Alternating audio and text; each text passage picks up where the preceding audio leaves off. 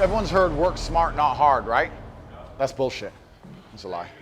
That's a lie. Because trying to work smart, not hard is what he described, and it's just a different form of laziness.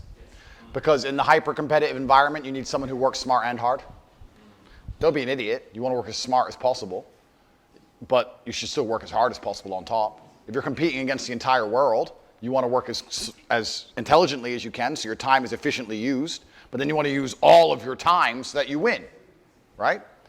If you used to make $1,000 in a day, and then someone shows you how to make $1,000 in an hour, that doesn't mean that you take all day off. That means that you now make $12,000 a day because you take the intelligent work and you just amplify it out across working hard. So trying to always find a way to work smart is one of the biggest mistakes people make. I have a fairly large company. We make quite a lot of money. I have 110 people who work for me. We fire 10 people a month. Me and Luke. Luke's ruthless. Don't let him don't underestimate Luke. It's like, fuck him, this guy, he's out. Or he'll like mute one guy in the chat, and the guy won't even really know he's muted. And then Luke will come back and say, it's been a month, he's been muted, no one's even commented that he hasn't been around, no one cares, he's out. Luke's ruthless, bro. We're firing people, but we're trying to become more and more efficient, not so we can do less work, but so our time is worthwhile. So there's no such thing as working smart and not working hard. You have to do both, all of the time, if you want to win. Just keep that in mind, because you just described trying to work smart, and it's another form of laziness, another form of complacency. I'm a master in his craft. He proved that. I think a lot of guys, when they come to these events, they see training, they're going to learn how to fight, I'm going to learn some new moves. It's not about that. It's about breaking you down. It's about you finding your own personal limits and learning how to push beyond them. There's something they say that when you feel like you've given it all and you have nothing left, you're only 40% there. You can catch your second wind and you can keep going. And a lot of you, when I saw you the first couple days, I thought, holy shit, this guy's not going to make it. And you were fighting the hardest at the end. So everybody that comes here that's a master of their craft, I respect that you put the time and the effort in to learn it. But the gentlemen that came here, when they showed up, they're like, holy shit, I'm in over my head. And to see you fighting out of the center of the ring and not giving up and to always keep moving, my hat off to you. All of you, fantastic. Thank you. Now, shower up, change, and let's fucking eat. Let's go! Let's go!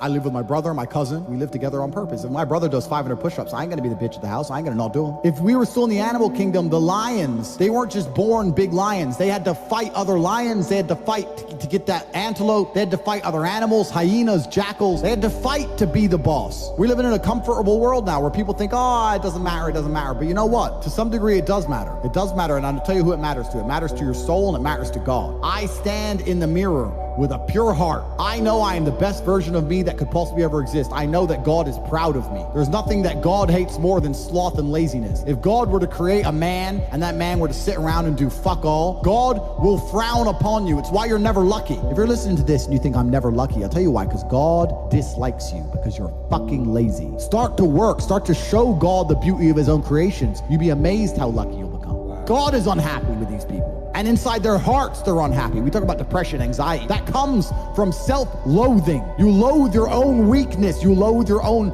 laziness. This is what all of these things are. I don't feel depression. How can I feel depression when I'm the most powerful version of me that I could ever fucking be? How can I feel depression when I could squeeze my own hand hard enough to break my own bones? How can I feel depression when I've smashed and destroyed 68 people's faces in front of me? Men who thought they could test me in fair combat. How can I feel depressed? It's impossible. Do you understand? Bro, you got like the best fucking mentality. They dislike me not just because of what I say, because everybody knows what I say is true, but because of the huge amount of influence I have, and also the influence I have over the one demographic they're most fearful of, which are the young military-age males.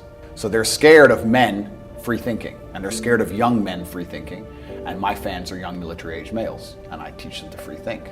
So they look at me and they literally see me as a threat to the world. Man, what's so crazy is listening back to the interview we did over 3.5 years ago, you foretold this happening. He had 4.7 million Instagram followers at the time that his account was removed. It had grown rapidly from 1 million followers just 2 months before. He was eventually banned from Twitter, but this didn't stop him. He was allowed back on the app in November 2022. Tate was also banned from Facebook, Instagram, YouTube, and TikTok. So why did Andrew Tate get banned? They did not tell me.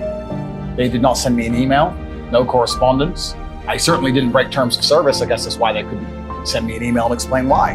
Nobody told me, whether it was YouTube that banned me or Meta that banned me. They banned me instantly and forever without any kind of correspondence.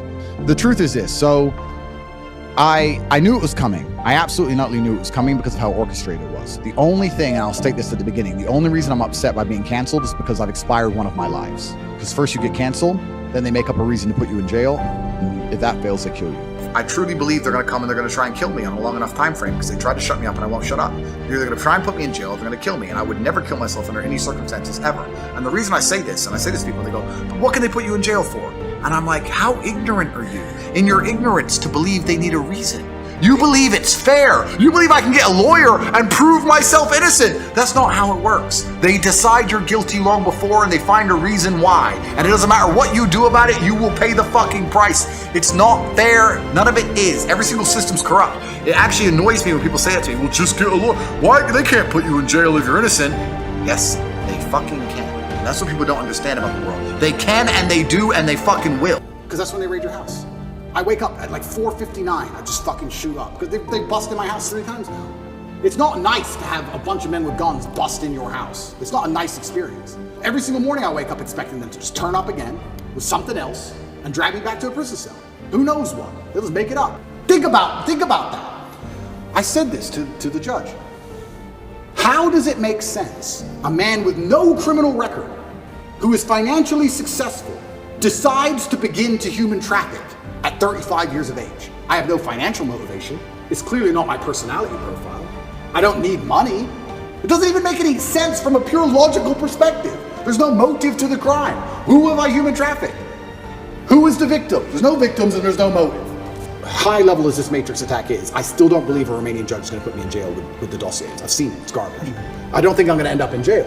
But it's just taking years of my life, damaging my influence, having bad things to say about me, keeping me under control, keeping me locked in a house. That's all they want to do. They have no interest in the truth. There's no victims. There's no one to take the stand.